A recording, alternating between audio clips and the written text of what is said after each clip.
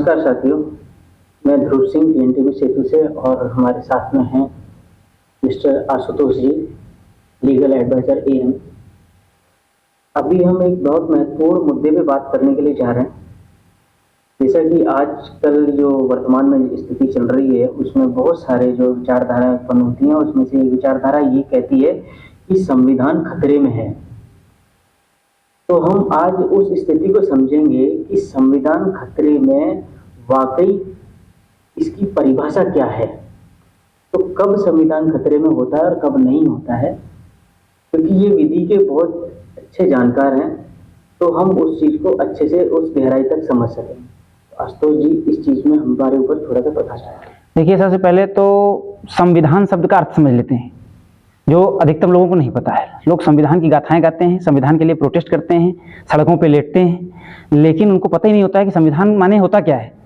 उनको मतलब है कि संविधान माने एक किताब जिसमें कुछ चीज़ें लिखी गई हैं, लेकिन संविधान शब्द संस्कृत का अपभ्रंश शब्द है जो दो शब्दों से मिलकर बना है। संविधान, विधान माने लॉज, नियम या कानून, सम माने कॉमन, समान, अर्थात किसी टेरिटरी के अंदर रहने वाले लोगों के लिए एक समान प्रकार के कानूनों की जो व्यवस्था है, जो सबको एक समानता के पलड़े पे रखे और उसी भावना के साथ देखे, ऐसी संहिता को हम कहते हैं संविधान।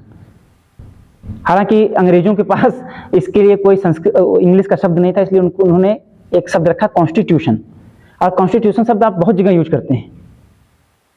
किसी चीज़ को कॉन्स्टिट्यूट करना माने किसी चीज़ को बनाना। हम लोग कई जगह पे अंग्रेजी के अनुवादों में कॉन्स्टिट्यूट शब्द का प्रयोग करते हैं।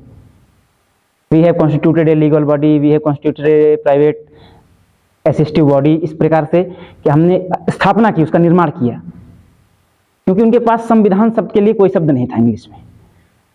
तो पहली बात तो ये आप छोड़ दीजिए कि संविधान ही आपका है, कॉन्स्टिट्यूशन आपका नहीं। और रही बात संविधान खतरे में, तो जन सामान्य की इतनी हैसियत नहीं है कि संविधान को खतरे में ला सके या संविधान को बहुत ऊपर पहुंचा सके। ये उन्हीं के पास क्षमता है जिन्हें हम लोग अथराइज करते हैं संविधान के बारे में कुछ कहने के लिए, कुछ लिखने के लिए या उसमें परिवर्तन करने के लिए। जैसा कि आप सभी लोगों को पता है कि जो संविधान का के विभिन्न प्रावधान है, उसमें संविधान के संशोधन की भी प्रक्रिया दी गई है, जिसमें जो अनुच्छेद 368 है, 368, वो संविधान के संशोधन के बारे में बताता है और संविधान के संशोधन की विभिन्न प्रक्रियाओं के बारे में बताता है। तो आप ये समझिए कि 26 जनवरी 1950 में भारत का संविधान लागू हुआ और 26 नवंबर 1949 को ये बनकर के तैयार हो गया था। लेकिन इसके पहले 2 वर्ष 11 माह 18 दिन संविधान को बनने में लगा। इसका मतलब एक बहुत गहरा डिस्कशन चला होगा, और बहुत गहरे डिस्कशन के साथ कई बार ऐसा हुआ जब B.R. अम्बेडकर, सरदार वल्लभ भाई पटेल, कन्हैया लाल माणिक लाल मुंशी, कुछ जो विशेष विधि के जानकार थे, या ये यूं कहें कि जो भारत को एक अच्छे राष्ट्र के रूप में आने वाले समय में देखना चाहते थे, कई बार उनको ऐसा हुआ कि नेहरू जी और गांधी जी और तमाम लोगों की विचारधाराओं से दुखी होकर के उनको संविधान सभा छोड़कर जानी पड़ी। 2-2 दिन तक संविधान सभा नहीं चली। उसमें डॉक्टर राजेंद्र प्रसाद भी थे, डॉक्टर सर्वपल्ली राधाकृष्णन भी थे उसमें। तो नहीं चली। तो कुछ ऐसे विषय रहेंगे, जैसे अगर आप संविधान खतरे में है की बात करें, तो जिस समय भारत का संविधान लागू हुआ, भारत को एक गणतंत्र बनाया गया। गणतंत्र का मतलब होता है लोगों का तंत्र, और चूंकि रिपब्लिक नेशन भी है और हम संसदीय क्षेत्र भी हैं, तो राज्यों का एक समूह है, जहां पे भारत के संविधान का जो अनुच्छेद 1 है वो कहता है इंडिया, दैट इज भारत। आप समझिए कि भारतीय संविधान में भारत शब्द प्रयुक्त करने के लिए नेहरू से कम 1 हफ्ते बहस करनी पड़ी थी। तो आप सोचिए कब खतरे में था संविधान? जब भारत के संविधान में भारत ही नहीं था तब खतरे में था, या आज जब भारत के संविधान में भारत हिंदुस्तान है तब है? यह प्रश्न होता है। दूसरी बात यह है कि एक बड़ा मुद्दा होता है आरक्षण, और आरक्षण का जब मुद्दा आता है तो लोग ये कहते हैं संविधान खतरे में आ गया। आरक्षण के जो जनक हैं भारत में वो हैं doctor B.R. Ambedkar. Doctor B.R. Ambedkar की ये किताब है द प्राइज ऑफ रूपी इन इंडिया, और एक दूसरी किताब है उसका नाम है द डाइवर्सिकल सोसाइटी ऑफ इंडिया। इसको पहले लोग पढ़ें, समझें कि B.R. अम्बेडकर क्या है। केवल इतना नहीं मानना है आपको कि B.R. अम्बेडकर जो है हिंदू थे पहले दलित थे, फिर ब्राह्मणों और क्षत्रियों द्वारा बहुत सताए गए, जो एक आइडियोलॉजी लोगों के ऊपर थोप दी गई कांग्रेस द्वारा। और सताए जाने के बाद, और ये नहीं कोई बताता है कि जो अंबेडकर नाम है वो एक ब्राह्मण नाम है, एक ब्राह्मण गुरु द्वारा दिया गया। फिर एक महाराजा रतन सिंह ने उनको जो है विदेश जाने के लिए स्कॉलरशिप दी, उनकी पूरी पढ़ाई का खर्च उठाया, और इस देश के बहुसंख्यक समाज ने उनके द्वारा बनाए गए भारतीय संविधान को शिरोधार्य किया। आज हम लोग राष्ट्रीय स्वयंसेवक संघ को, अखिल भारतीय विद्यार्थी परिषद को, विश्व हिंदू परिषद को और तमाम जो हिंदूवादी संगठन हैं उनको अंबेडकर विरोधी बताते हैं, उनकी विचारधारा का विरोधी बताते हैं। लेकिन आपको जानकर आश्चर्य होगा कि वो सारे लोग जो बाबा साहब अंबेडकर को भगवान के रूप में मानते थे, वो उनकी जयंती तो मनाते थे, लेकिन उनकी पुण्यतिथि कोई नहीं मनाता था। वो 6 दिसंबर को आती थी। पहली बार राष्ट्रीय स्वयंसेवक संघ और उनके संगठनों ने 6 दिसंबर को राष्ट्रीय समरसता दिवस के रूप में मनाना शुरू किया कि हम भारत को समरस समाज बनाना चाहते हैं, और समरसता की विचारधारा का जनक भारत में कोई है तो वो कौन है? डॉक्टर BR अम्बेडकर, जिन्होंने समरसता की बात भारतीय संविधान में रखी। तो अब आप समझिए कि BR अम्बेडकर की विचारधारा किसके हाथ में सुरक्षित है और किसके हाथ में खतरे में है। मैं बार बार अपने जो हमारे दलित भाई हैं, जो ये लोग ऐसी विचारधारा जो भीम आर्मी चलाते हैं, जो जय भीम जय मीम का हिस्सा हो जाते हैं, उनसे मैं बार बार ये अपील करता हूं कि एक बार BR अम्बेडकर को गहराई से पढ़िए, उनको समझने का प्रयत्न करिए। और संविधान खतरे में आ जाए ऐसी किसी की हैसियत नहीं, हिंदुत्व समाप्त हो जाए ऐसे करने की किसी की क्षमता नहीं है। बाबर, औरंगजेब, हुमायूं, अलाउद्दीन खिलजी जैसी बर्बरता आप कोई करने की क्षमता नहीं रखता है। जितनी बर्बरता, जितनी आतताई कृत्य उन्होंने किए, फिर भी अगर हिंदुत्व और हमारी संस्कृति, हमारी सभ्यताएं जिंदा हैं और विश्व की सबसे समृद्ध सभ्यताओं में आती है। कोरोना के दौरान हमारे द्वारा दिए गए प्राणायाम, प्रणामहीने लोगों की जिंदगियां बचाई हैं और पूरे विश्व ने इसको माना। आज इंटरनेशनल योगा डे है, विश्व योगा दिवस। भारत के एक ऋषि ने योग की शुरुआत की, जिसे हम महर्षि पतंजलि के नाम से जानते हैं। और आज पूरा विश्व कह रहा है, हम नहीं कह रहे हैं, पूरा विश्व ये कह रहा है कि अगर आपको निरोग रहना है, मुफ्त में प्रकृति ही आपको इलाज देगी अगर आप योग करते हैं। अपने शरीर को आधा घंटा दीजिए और बाकी 23.5 घंटे आप एकदम आनंद के साथ जीजिए। ये हम नहीं कह रहे हैं, ये वो लोग कह रहे हैं जिनको योग से कोई मतलब नहीं, जिनका जीवन ही भोग है। आप सोचिए, जो यूरोपियन कल्चर है, जो अमेरिकन कल्चर है, जो ब्रिटिश कल्चर है, वहां पर पत्नी बहुपत्नी प्रथा माने एक फैशन है। माने एक बच्चे को पता नहीं होता है कि कितनी बार उसके बाप बदलते हैं, कितनी बार उसकी मां बदलती है, क्योंकि वो वहां पर शारीरिक संबंध रखना मीन्स शरीर को सुख देने का एक साधन है। तो वहां पर सेक्स मीन्स शरीर को सुख देने का एक साधन।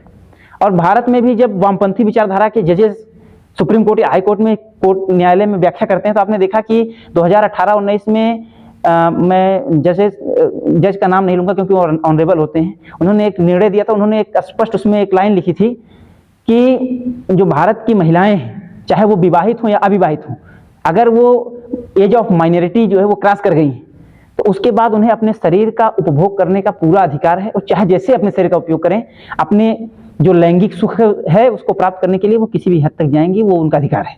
इस प्रकार की सभ्यता संस्कृति भारत की नहीं है। भारत में शरीर धारण करना लैंगिक सुख नहीं है। भारत में विवाह लैंगिक सुख के लिए नहीं होता है।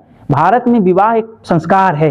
हमारे यहाँ 16 संस्कार में गर्भाधान भी एक संस्कार है, जो एक विशेष राशि, ग्रह, नक्षत्र के मिलजुल जाने के बाद ज्योतिषाचार्य विचार कर कहते हैं कि इस नक्षत्र में अगर आपकी पत्नी गर्भ धारण करती है तो एक उत्तम संतान प्राप्त होती है। ये संस्कृति, ये व्यवस्था हमारे यहाँ ही है, दुनिया में कहीं नहीं है। और जब इतनी समृद्ध व्यवस्था आपके यहाँ है तो आपको ये मानने की आवश्यकता ही क्यों है कि आप अपने शरीर का जैसा चाहे उपयोग करेंगे। अगर आपको शरीर का उपयोग ही करना है तो आप उस चीज की खोज करिए, उस तत्व की खोज करिए जो तत्व आपके अंदर छुपा हुआ है, जिसने आपको संचालित किया, जो पूरी विश्व को संचालित कर रहा है, उसको खोजिए ना। तब शरीर की सार्थकता है कि शरीर को डिमोलिश करने में सार्थकता है। तो ये है, तो संविधान खतरे में है। मैं आपको बता देता हूं शॉर्ट में कि संविधान खतरे में कब था। 1950 में पहली बार संविधान लागू हुआ और पहली बार ही संविधान पर प्रश्न हो गया और सुप्रीम कोर्ट में वो मामला गया और सुप्रीम कोर्ट ने संविधान के एक भाग को पलट दिया। और जैसे ही पलटा, पंडित जवाहरलाल नेहरू ने सुप्रीम कोर्ट के निर्णय को ही पलट दिया। तो आप संविधान खतरे में है, ये समझिए कि अगर भारतीय संविधान जिन्होंने बनाया था, 298 लोगों की वो कमेटी थी, अगर उन लोगों को आप योग्य मानते हैं तो अभी तक संविधान में जो 121 संशोधन आपने कर लिया है वो भी ठीक नहीं है फिर। या जिस प्रकार से इंदिरा गांधी ने अपने हुकूमत को बरकरार रखने के लिए भारतीय संविधान का गला घोंटते हुए इमरजेंसी लगाई थी और भारत के नागरिकों को, भारत की मीडिया को, भारत के लोकतंत्र को पंगु बनाया था, अगर वास्तव में संविधान कभी खतरे में था तो वो वही दिन था। संविधान तभी खतरे में था जब 370 के हिमायती लोग थे, जब उस समय ये कहा गया कि ठीक है अभी जम्मू कश्मीर की स्थितियां सही नहीं है, लेकिन 10 साल के बाद 370 अपने आप डिमोलिश हो जाए, जो आपका आरक्षण का प्रावधान है वो 10 साल बाद अपने आप समाप्त हो जाए। क्योंकि आप जब अब तो 370 समाप्त हो गया अनुच्छेद, आप लोग जो नहीं पढ़े होंगे, हमने उसको पढ़ा, आंखों में आंसू आ जाएंगे आप पढ़ेंगे, उसमें कुछ था ही नहीं। उसमें यह लिखा था कि जम्मू कश्मीर राज्य के लिए विशेष और अस्थायी उपबंध, अस्थायी नहीं अस्थायी, माने कभी भी समाप्त किया जा सकता है जब केंद्र सरकार चाहे। माने 70-75 सालों में केंद्र सरकार को यह लगा ही नहीं कि जम्मू कश्मीर हमारा होना चाहिए, उनको उसी में आनंद था कि जम्मू कश्मीर अलग से चलना चाहिए, क्योंकि उससे उनकी राजनीति चलती थी। तो मेरे कहने का मतलब यह है कि जब जब संविधान के उपबंधों का प्रयोग राजनीतिक रोटियां सेकने के लिए, अपनी सरकारें बनाने के लिए होगा, तब तब संविधान खतरे में होगा। और जब जब संविधान का प्रयोग भारतीय जनता को संविधान के प्रावधानों का लाभ देने के लिए होगा, जब जब सरकारें, जब जब प्रशासन, शासन तंत्र संविधान के द्वारा बताए गए निर्देशों का पालन करते हुए, जो संविधान का उद्देश्य है लोक कल्याणकारी राज्य की अवधारणा को साकार करना, उसकी दिशा में आगे बढ़ेंगे, तो संविधान का खतरा अपने आप टला रहेगा। और एक अपना संविधान एक ऐसा है जो विश्व का सबसे बड़ा लिखित संविधान है और लचीलेपन और कठोरपन का समावेशी मिश्रण है। हालांकि बहुत सारी चीजें समय के साथ उसमें परिवर्तित होनी चाहिए, होती रहती भी हैं, और अब तो ये मांग उठ रही है कि संविधान को पूर्ण रूप से परिवर्तित कर देना चाहिए। लेकिन मैं आपको एक चीज ये और भी बता देता हूं खतरे वाली बात पर, कि संविधान सभा ने जब संविधान को पास किया तो संविधान के मुख पृष्ठ पर अशोक स्तंभ का चित्र था। उसके बाद फिर राम दरबार था, कृष्ण दरबार था, अर्जुन को उपदेश देते हुए भगवान कृष्ण थे, भगवान गौतम बुद्ध थे, भगवान महावीर थे, ये सारे लोग, स्वामी क्या कहते हैं आपके राजा राम मोहन नहीं दयानंद सरस्वती जी अपने शिष्यों को उपदेश देते हुए, ये सारे लोगों के चित्र एक एक अध्याय के पहले अंकित थे और ये सूचना करते थे कि यह जो अध्याय, जैसे जो directive principle of speech policy है, जिसके बारे में हम लोगों ने जब हम लोगों ने यूसीसी की चर्चा की थी, उस पर चर्चा की थी, तो बताया था कि डीपीएसपी एक प्रावधान है जो भाग 4 में है भारतीय संविधान की। उसके पहले अर्जुन को उपदेश देते हुए भगवान श्री कृष्ण की फोटो थी, जो ये कहती थी कि जिस प्रकार से भगवान श्री कृष्ण के उपदेश के बाद अर्जुन ने धर्म विजय किया, उसी प्रकार से इस डायरेक्शंस को, अगर इस पॉलिसीज को राज्य मानेंगी तो जो संविधान का मूल उद्देश्य है वो स्थापित हो जाएगा। ये उसका उद्देश्य था। लेकिन आप बताइए, आज आप जाइए दुकान से संविधान खरीद लाइए, आपको कहीं अगर मिल जाए, आप बताइए, आपके संविधान के मूल भाग में ही भगवान राम थे और आपके 70 सालों तक आपके देश में डिस्कशन हुआ कि भगवान राम भारत के हैं या नहीं। आप बताइए संविधान कब खतरे में था? भगवान कृष्ण की जन्मभूमि के लिए न्यायालय में विवाद होता है, उसके लिए एफिडेविट देना पड़ता है, उसके लिए लड़ाइयां लड़नी पड़ती हैं, जबकि भाग 4 में भगवान कृष्ण गीता का उपदेश दे रहे होते हैं। अगर वो राम और कृष्ण, भगवान राम और भगवान कृष्ण भारत के नहीं है, भारत की संस्कृति से, भारत के संविधान की व्यवस्थाओं से उनका लेना देना नहीं था, तो या तो फिर वो 298 लोग मूर्ख थे जिन्होंने उस व्यवस्था को लागू किया था, या तो फिर हम सब लोग परम मूर्ख हैं जो अपनी व्यवस्था को जानना नहीं चाहते। इसलिए संविधान खतरे में है, ये बात जब भी आपको सुनने में आए या जो भी आपको ये कहे कि संविधान खतरे में है, उसको हाथ जोड़कर इतनी विनती कीजिए कि आप भारतीय संसद को, राष्ट्रपति राजभवन को, प्रधानमंत्री कार्यालय को एक मेल भेजिए और उनको कहिए कि भैया मैं पेमेंट करने के लिए तैयार हूं, भारतीय संविधान की जो मूल प्रति है वो हमारे घर भिजवा दीजिए, और उसका केवल आप दर्शन करिए, आपके आधे जीवन के क्लेश और पाप अपने आप कट जाएंगे। क्योंकि जब उसमें आप बौद्ध, जैन, सिख, यहूदी, पारसी सब आप उसमें देखेंगे तो आपको अपने आप ही समझ में आ जाएगा कि ये तो सबका है। तो फिर जो ये कहते हैं कि ये हमारे नहीं है, वो हमारे, आप सोचिए कि महात्मा बुद्ध, महावीर स्वामी और सिख, ये सारे लोग कभी हिंदू थे, एक नई विचारधारा के माध्यम से ईश्वर की खोज किया और उस विचारधारा को एक नया पंथ दे दिया। लेकिन इसको भी स्वीकार कराने के लिए भारत में डिस्कशन होते हैं। भारत के कानूनों में, जो आपको मैं एक दिन हिंदू कोड बिल की बात कर रहा था, उस कोड बिल में यह स्पष्ट मेंशन करना पड़ता है कि हिंदू दैट मीन्स जैन, बौद्ध एंड सिख। और सुप्रीम कोर्ट को 1950 से लेकर के 2022 तक लगातार ये कहना पड़ता है कि हिंदू मीन्स जैन, बौद्ध एंड सिख। ये भारत की दुर्दशा है। अब आप बताइए कि संविधान कब खतरे में था?